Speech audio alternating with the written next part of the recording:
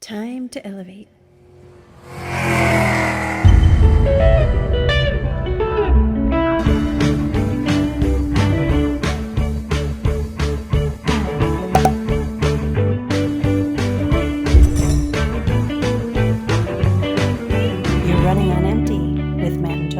Hey, everybody. Welcome to Running on Empty. I'm Matt. And I'm Tony. And we are running on empty. And this week, we're going to, this month, so whatever this next episode is, we're going to be taking a break from politics. And we're actually going into one of my favorite subjects, which is movies. And we have a very special interview to talk about movies and all things related to that. So, Tony, why don't you jump in and tell us who we have today? Yeah, although I don't know if I would say that movies are not political, but it depends on how you define politics. We'll get to that. We are really just thrilled today to be joined by Nathan Wardinski, who is a writer and critic. He's the host of a radio show called Sounds of Cinema, which appears on KQAL 89.5 in Winona, Minnesota, and KMSU 89.7, The Maverick, in Mankato, Minnesota.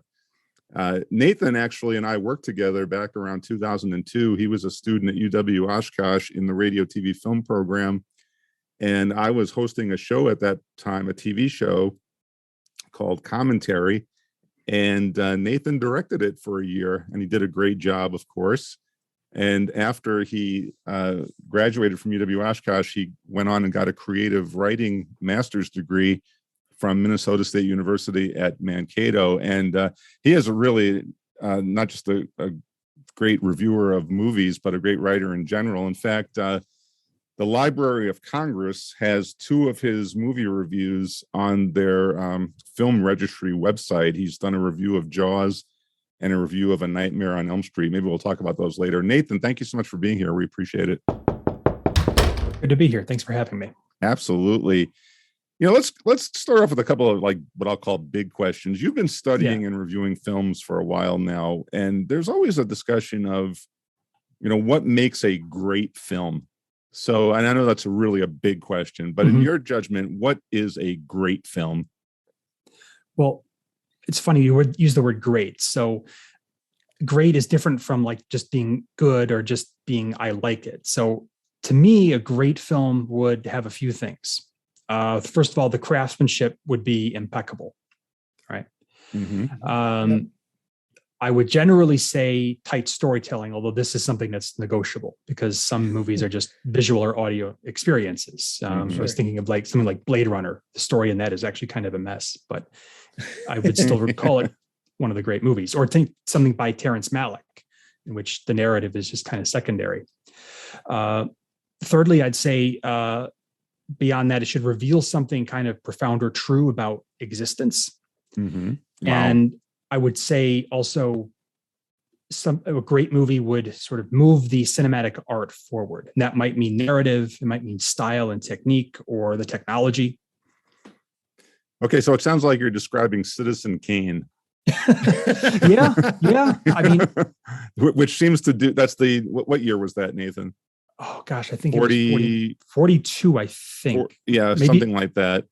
Orson Welles, of course, and groundbreaking film. That film does seem to meet all the criteria you just laid out.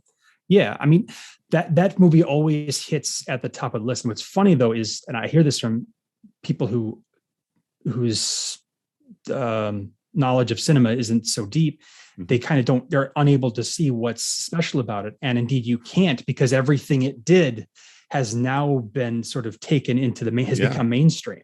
Yeah. So telling a story out of order, the use of unusual angles, where if you look at other movies from the 40s, they're all shot in this sort of medium shot, waist level, even much like a TV show or photographing a play.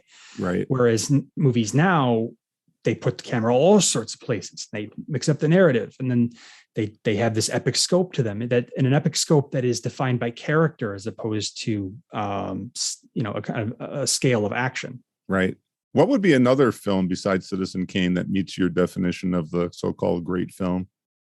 Let's see. I mean, great films.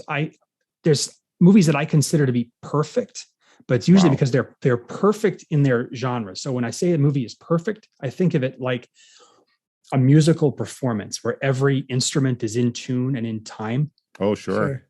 So, for example, the original Halloween Oh, wow. is a perfect movie, if you think of it that way. Who I directed think that? that was John Carpenter? Carpenter. Yes, John Carpenter. John Carpenter. Okay. Mhm. Wow, a perfect film. What about like those here's a film that I think meets the criteria that you're talking about. The Scorsese film from the 70s, Taxi Driver. Yeah. What would you think about that one? It's been a while since I watched that one, but yeah, that is certainly, I think, one of the great movies. I don't know if that's his great movie, but it's definitely okay. And I only watched it again recently because it became available on Netflix like a couple of months ago. It's like, oh yeah, and I hadn't seen it in 20 years. That happens. And I thought to myself, I don't even know if you could make a film like that today. Well, they just did. It's called Joker. Oh yeah, actually, yeah, you're right. Well, so I guess that was what was so funny about. Although I don't think Joker is as good as Taxi Driver. No, it's not. It was funny watching that movie, going, "Oh, that's King of Comedy and Joker and Death Wish, or King of Comedy and Taxi Driver and Death Wish, all wrapped up together." Yeah. Now, of course, one of the reasons why I bring up Taxi Driver is because I'm not a film historian by any means, but I know that the late 60s, early 70s, a lot of people think is the so-called golden age of film. In fact, I think a lot of movies got released then that meet at least some of the criteria you laid out. What would you say about that? Is there such a thing as a golden age of film? There is. And there is. Okay. There is, and it is the period you're talking about. And it's, generally referred to as the New Hollywood period, which starts in about 1968 and ends in about 1980. Okay. And it wasn't because we had better filmmakers at that time. It was really a confluence of factors that happened. So you have starting in probably the early 60s or so, you have the end of the production code and this sort of new cultural freedom, right? So for those of you who aren't familiar, the production code from the mid 30s to about the mid 60s, Hollywood operated under a censorship system that just forbade certain topics. Like you just couldn't have sex in a movie. You could not have violence. If you had a criminal main character, he had to repent before the end of the picture. Wow. All that stuff. And all of that was done because of court rulings.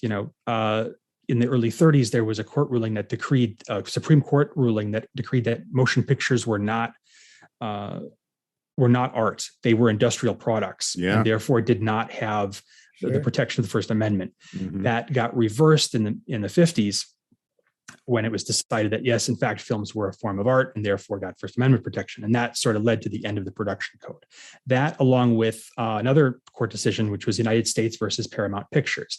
That was an antitrust case, which broke up studio control of exhibition. And when that broke up, because the studios actually used to control the movie theaters. When that broke up, that opened up the film market to international and independent films. The same time this is all happening, you have the ownership of the studios changes. Oh. So the Jack Warners and the Daryl Zanucks, those guys died or retired. And so you have new owners. Usually this is where you have the start of corporate control over the movie business, as opposed to, the movie business being solely about making movies. And the new owners didn't know how to run a movie studio, but they did know that they wanted to reach the youth market, which had stopped going to the movies. And so at this time, you have the first generation of film students coming out. So they turned to them and they gave them the reins. Remember, previous to the late 60s, most directors would have been in their 40s. Oh, okay. 40s or 50s. Okay. All of a sudden, you've got Spielberg, 27 years old, making Jaws. Oh, yeah. And so it's this confluence of different factors from the culture and from economics within the industry that kind of created this very fertile ground that produced not just some great movies, but the reason why this is such a great period is the such a concentration of great films in that period, and such a diverse variety. Yeah. So you brought up Taxi Driver. That same period, we get a film like Rocky. Oh yeah. You get The Godfather, but you also get Superman. Yeah.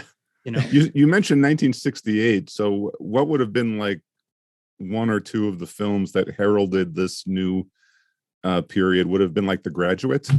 Yeah, Graduates, Bonnie and Clyde. I would throw Night of the Living Dead in there. Oh yeah. Oh, yeah. Yeah, definitely. Mm-hmm. And all these movies have really stood the test of time, haven't they? Yes, they have. And why is it just the aesthetic quality, the narrative? I mean, all the things you kind of threw out in your definition of great film.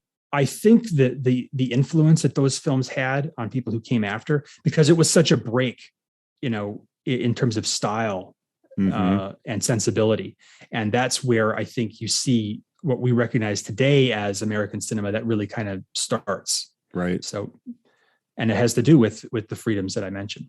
Absolutely. Yeah. Absolutely. Two of the directors that I really like their style, kind of breaking things up. Quentin Tarantino was one, like with Pulp Fiction. I mean, the fact that it's out of order, and the character that dies during the film doesn't really die at the end of the movie, so that's kind of neat. But Guy Ritchie, it just has one of the coolest visual styles and directing styles I've ever seen. So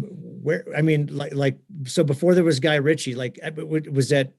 I wouldn't want to say somebody like Hitchcock, but he definitely had some things in there that I think inspired those two directors. What is Guy Ritchie known for? I like. Well, first of all, I like Snatch is is a fantastic movie, and then he also did the Sherlock Holmes ones with Robert Downey Jr. Robert Downey. And that style was, I don't know. I think it's fantastic, but I got very kinetic style. Yeah. I got stuck on Snatch, and I've watched it so many times just because I think every time I see it, I see something different, and then you go back to Quentin Tarantino and you've got like Reservoir Dogs and, Pulp Fiction. I have not watched a lot of his newer stuff because I don't watch a whole lot of violence, but that was one of the questions I had, is that, I understand, movies are an art form, and I kind of go to that line that Jeff Goldblum had in Jurassic Park. Just because you can doesn't mean you should. There's a lot of movies out there that are violent for violence sake. And I don't think they really have a story, and they're disturbing. I mean, I used to be a huge fan of horror movies, but now as I've been, getting older and whatnot, I don't necessarily want to let that stress and energy into my life anymore. Yeah. So there, like, I can't remember. There was a movie, I think it was like with Matt Dillon or something. He played a serial killer, and that's really was the whole premise of it. Now, I don't want to take away from the movie Henry Portrait of a Serial Killer, which came out, I think, in the 80s. And that was actually a good movie, disturbing as fuck, but it was a good movie. But some of the movies coming out now, I just don't think they have the substance to warrant the gore, if you will. Well, it seems to me like what you're talking about are the gore films that started in the last decade. So there was a period of extreme body horror that came out starting with the release of the original Saw in 2004. Oh yeah. And then through the end of the decade, we got a whole crop of really, really gory films, some of the most disturbing films ever made, really. Out of that, we get Martyrs and a Serbian film. It's funny. In the mid 90s, a writer named Stanley Wyatter put out this essay called "The 13 Most Disturbing Movies Ever Made," and I, of course, then used that as a shopping list. And sure. But what's interesting, most of the films on that list, this list was written in the mid 90s, and most of the titles on it came from the 70s and early 80s. So you have Salò, the 120 Days of Sodom, Cannibal Holocaust, The Original Last House on the Left, Henry Portrait of a Serial Killer was on that list.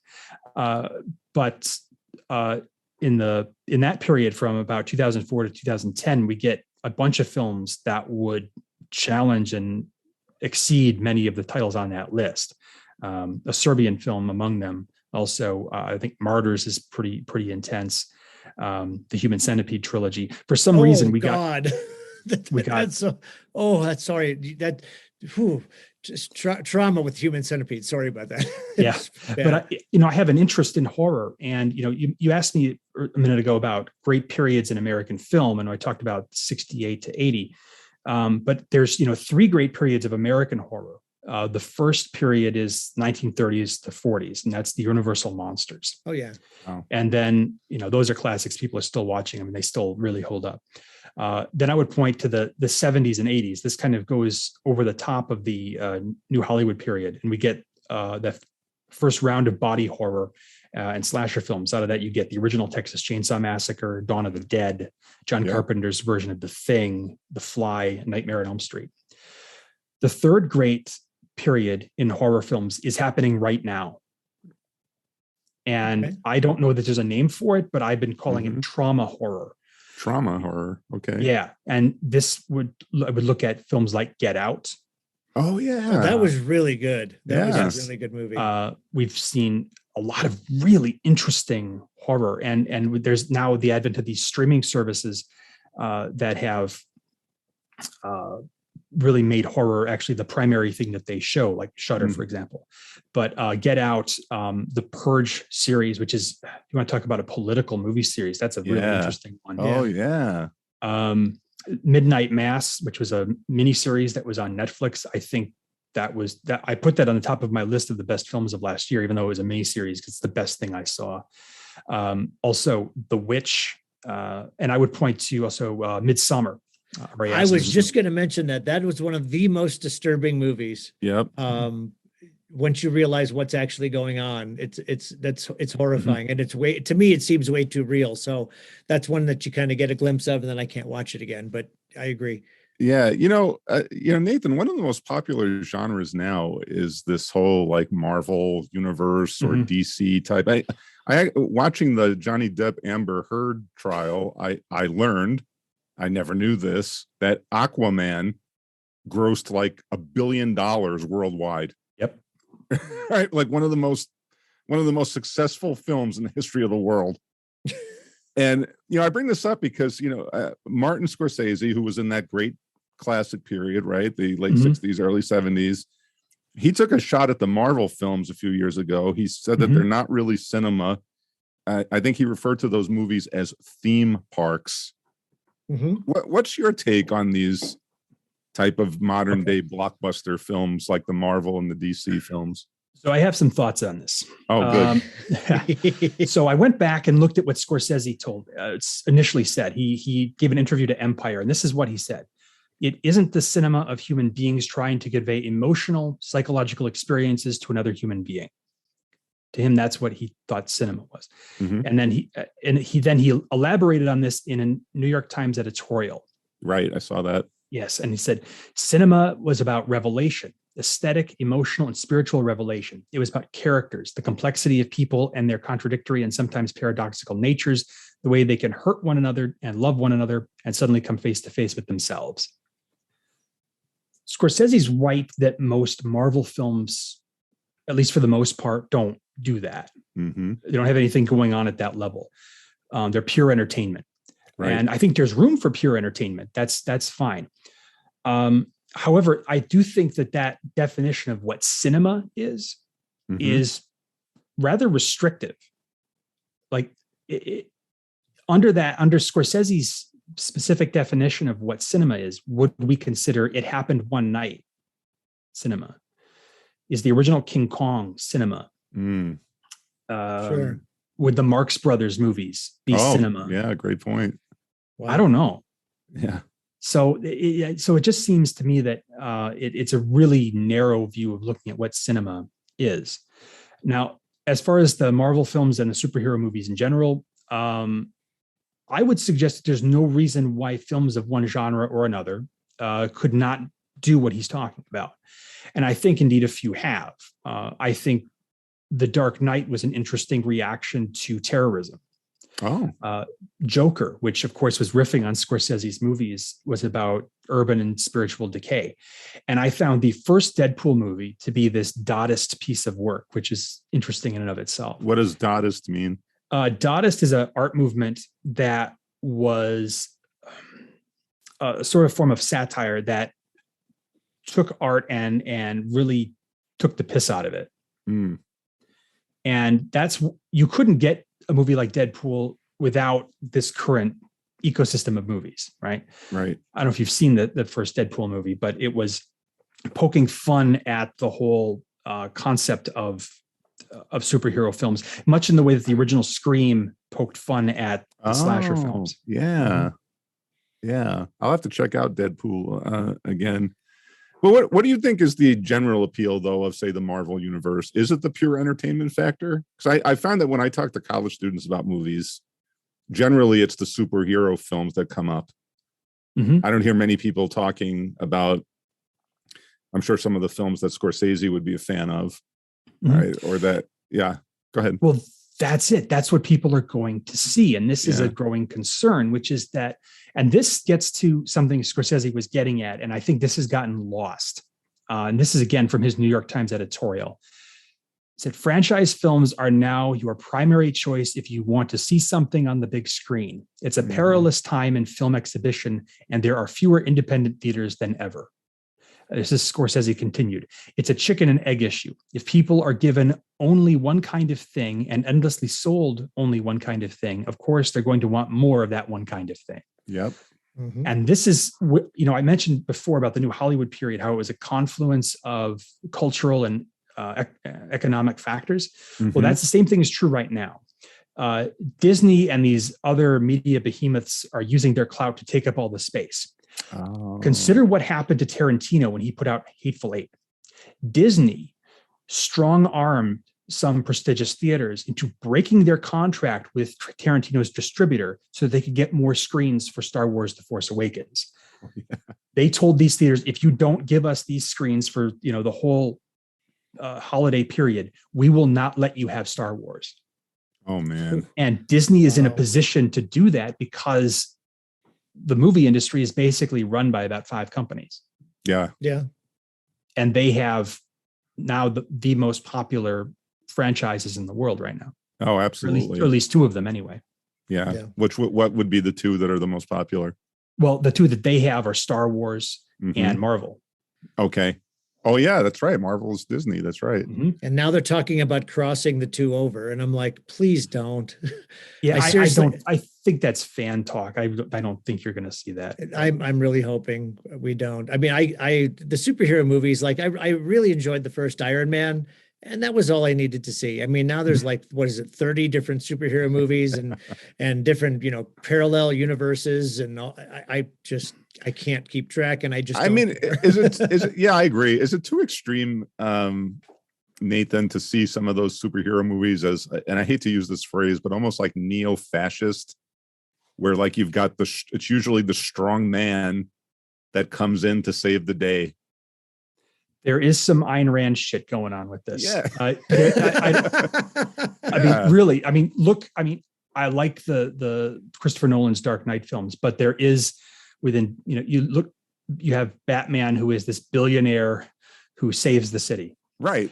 And Iron Man is essentially the same character, Yeah, exactly right. And there is this, and this corresponds to other facets of our culture, right? Look at the sort of the cult of Elon Musk. Yeah, exactly. Oh yeah, he's going to save Twitter for us. Yeah, he's going to save free speech, right? Mm-hmm. Does he just not have the name of a supervillain though? Elon Musk. Yeah, exactly. Yeah. Well, is it a coincidence that Jeff Bezos looks like Lex Luthor? Right. Oh yeah. It's so true. Nathan, I mentioned your reviews for the Library of Congress website. Mm-hmm. I just want to read a quote that I really loved your review of Jaws. Mm-hmm. And you closed out, I think you wrote this on the 45th anniversary of that film. And you said, on its 45th anniversary, Jaws became a frequent cultural reference point during the coronavirus pandemic, with numerous commentators comparing Amity Island's reaction to the man-eating shark with American society's response to the COVID-19 virus. Mm-hmm. Can you expand on that a bit? Oh, sure. There was quite a number of essays. If you just go to the internet and do a search for, Jaws coronavirus, you will come up with several think pieces by people who found an uncomfortable comparison between the way that the mayor of Amity talks about the shark and the way in which people reacted to the virus, denying that it was there, downplaying the severity of it, prioritizing the economy over concerns for people's well-being. That's one of the things about Jaws that I find fascinating, is that it's a movie I watched as a kid initially, and there's certain movies you see as a kid and you grow out of them. But there's a few movies that you'll maybe see when you're a kid and they grow with you. Right. So I am still fascinated by sharks. And so that was my initial connection to that, to Jaws. And then I grew up and I started to learn about storytelling and how cinema works. And then it became, oh, this is a great piece of movie making and it's a great piece of storytelling. Right. And then I get older still. And then I start seeing real life reflected in that movie. And I sometimes think that it is such a powerful film, in part because of the journey of Martin Brody in that film, that he is charged with public safety.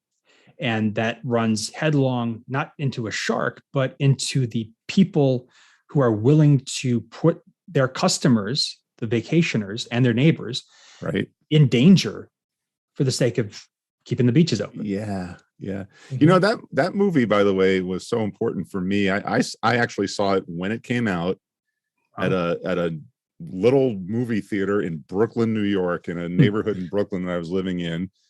And the place was completely, I mean, they were running Jaws like 3-4 times a day. Yeah. Every showing was completely packed. And it was the first time in my life I had actually ever experienced being in a crowded theater in which everybody was into the film. Like I will never forget the reactions that the film was getting. I mean, the shark was genuinely terrifying people in the theater. And, you know, I've recently watched it again on I don't know, one of the streaming services. And I don't know, now the film seems like a lot longer and the dialogue seems a lot more intelligent than I had remembered. That's actually a very well-crafted film, isn't it? It is. Yeah. I actually interviewed Carl Gottlieb, who was the screenwriter in that film. He wrote an excellent book called The Jaws Log, which is about the making of it. And it's interesting listening to them. It wasn't as though they were improvising, but because they had everybody there and they were living in these kind of tight quarters on Martha's Vineyard, they were able to sort of rewrite the script as they were going. And usually that ends up being a disaster, but they were able to sharpen it. In a way that made it, I think, more character centric. And everybody, all the main characters in that are vivid. And, you know, when people sort of accuse Jaws of being this, it's Roger Corman on an A budget, and to a degree, to a degree it is. Right. But look at a scene like when Alex Kittner's mother confronts Chief Brody, slaps him across the face, and talks about how her son is dead. Yeah, like that's not a Roger Corman moment. That's real. No, well, the Indianapolis story that was. I mean, that gave such a sense of realism to it. And I mean, it's still one of my favorite movies, if not my favorite movie of all time. And the reason I think I like it is, again, this kind of goes with the Hitchcock stuff, is that the shark didn't work. I mean, hardly at all. I mean, it's got maybe like 4 total minutes of screen time. And so what they had to imply it was there. So when the barrels were there, the shark was there. When you heard the dun dun dun, I mean, even kids today, you go dun, they know what that means. Yes, you know? yes. And if I can't see the bottom of something I'm jumping into, I'm not going into it to this day. You know, so I mean, it's primal. But I love the fact that you know, when somebody says it's a horror movie, I'm like, it's not a horror movie, it's an adventure movie. Listen to the soundtrack. The soundtrack is all this like awesome seafaring music and whatnot. And then they have this problem, you know, this you're gonna need a bigger boat type problem. And you know, what are we gonna do? The fact that I just think that the fact that the movie behind the scenes so didn't work is why it actually did. and I don't know that I would have been able to make those decisions at 27 years old. That's how old Spielberg was. Amazing. But I think it stands the test of time. You had some amazing actors in there. Well, and the movie, Matt, the composer, was that John Williams? John Williams, yeah. I mean, he was maybe the greatest film composer of all time. Is that fair? I'd say. Definitely one of the greats. He's up there with Alfred Newman and Jerry Goldsmith. Certainly. I mean, John Williams did all the Spielberg films, right? Pretty much. Almost all of them. I mean, that's Jaws is the start of this incredible run for him, where in the next within a decade he scores.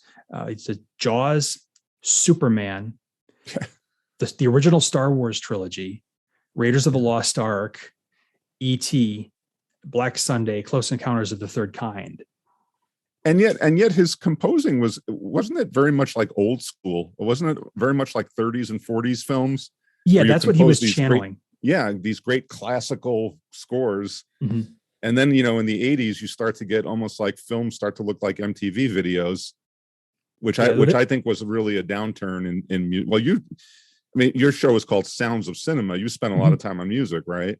Yeah, I play a lot of music. In fact, the episode I have coming up that's going to play this weekend is about going to feature music from Vangelis, since he just passed away. Wow. Okay. You do a lot of criticism. Mispronouncing his word for cool. I realized I've been go ahead.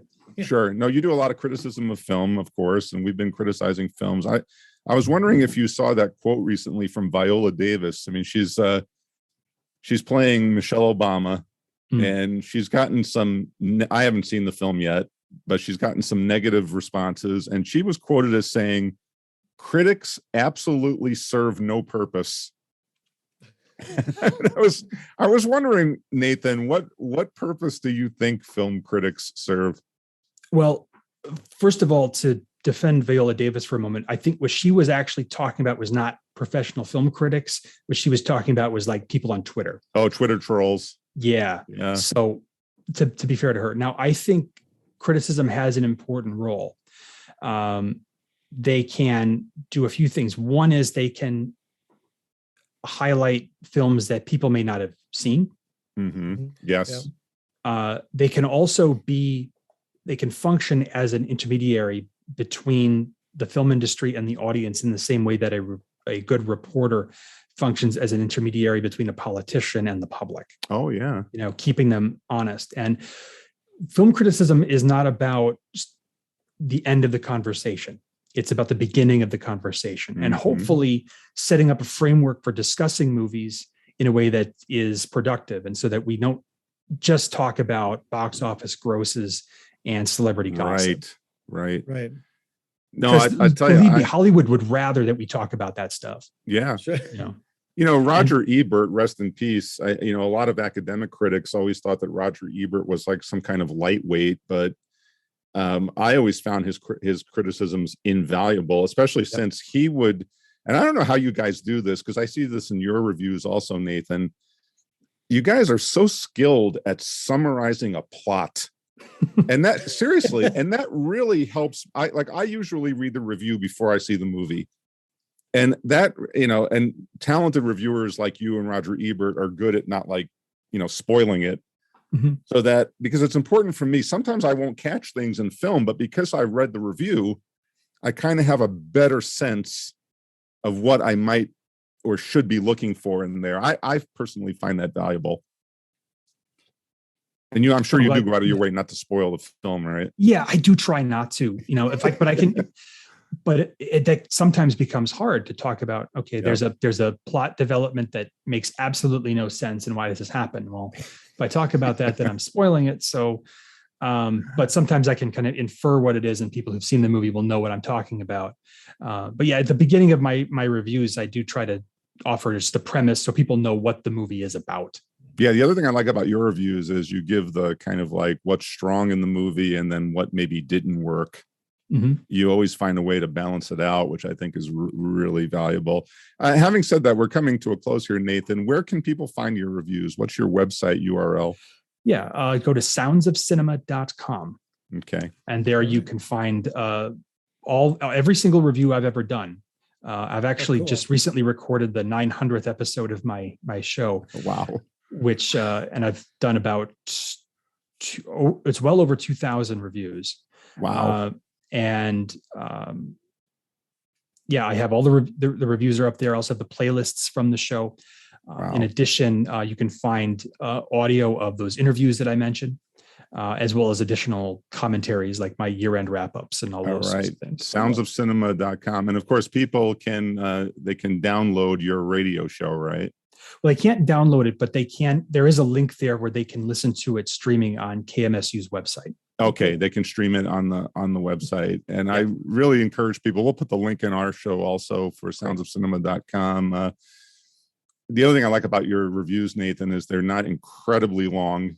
And so a person, seriously, a person can read a dozen of your reviews in one sitting and I've done that. And I'm like, man, I got to see these films. And then I never get a chance to see them, unfortunately. So I've got a long list, thanks to you, of what I should be seeing. Oh. Let's do this again soon. Yeah, absolutely. We really appreciate it. Thank you so much for being here. All right. Thank you very much. Tony, this was a phenomenal interview. It's about one of my favorite subjects. And I know there's little politics maybe in there too about some of the movie types, but Nathan is just an absolute gem to speak with, and literally a walking, talking encyclopedia of film.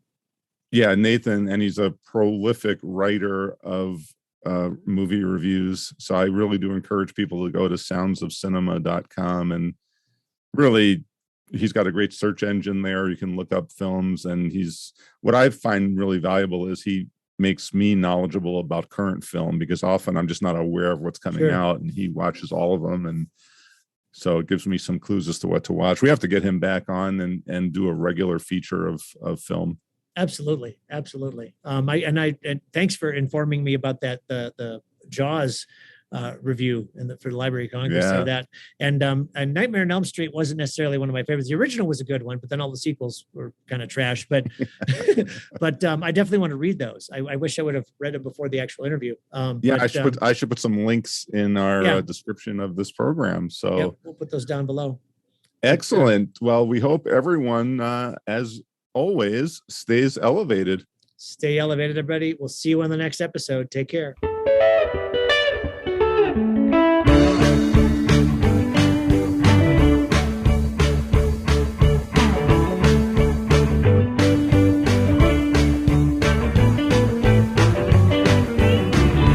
You're running on empty with Matt and Tony.